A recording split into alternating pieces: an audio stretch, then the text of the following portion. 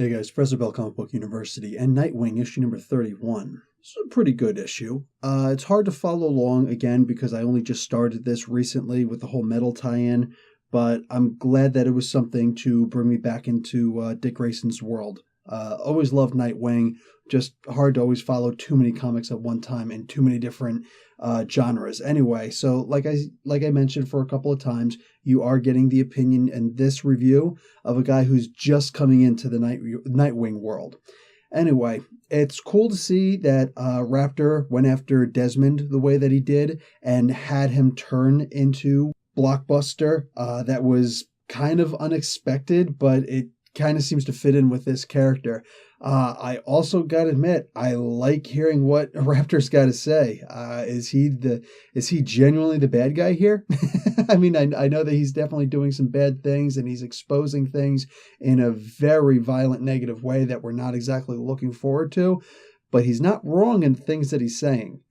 So, yeah, it goes completely against the whole ultra-conservative fiscal nature of some people's mentalities. But it's hard to argue. It's hard to argue. Anyway, we get to see also that Helena is now no longer working with Nightwing after a knee to the gut and a punch to the face.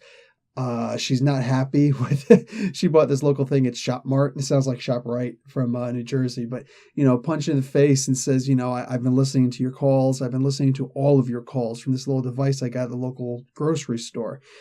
And Dick goes out and grabs one of the exact same devices.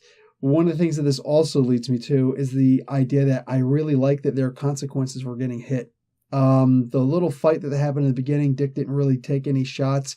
He's one of the most agile fighters you're ever going to meet. So, guys, check out Nightwing Explained in a minute on my channel. But he's so agile, like he's just not going to get hit. It actually took someone like Helena, who's one, extremely skilled, and two, was able to get in close to him because he's not expecting it. So, yeah, without that, she might not have gotten in those hits. She might not have. Not nearly as clean as she did. So he had a big bruise on his face, and he had to deal with that at work, which is kind of cool. I actually wish somebody would have come up and said something also, but whatever. It's really cool to see a character, a superhero, whatever, enhanced or not, who actually has to deal with the repercussions of, hey, look, realistically, Spider-Man is one of the only other characters who's ever had that about him. And Spider-Man heals fast. Dick won't. So I like that. Repercussions. It's a good thing. Anyway, Raptor shows up at his gambling table and he's like, hey, deal me in. And the next issue is going to be called Deal a Deadly Hand. So this was a good issue. This was a good comic. I'm really liking what I'm reading so far. I'm going to give this a B+. This is enjoyable.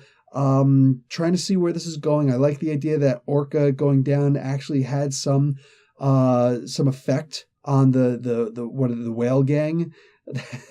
It's interesting, and I'm actually looking to see more of what happens if they're able to complete this formula of theirs. The one head member tried it, and she turned wicked powerful for like 5 seconds. that was actually pretty funny, but I liked it. I like the one guy like, no, hell no, man, I give up. Anyway, guys, Professor Bill, Comic Book University, class dismissed.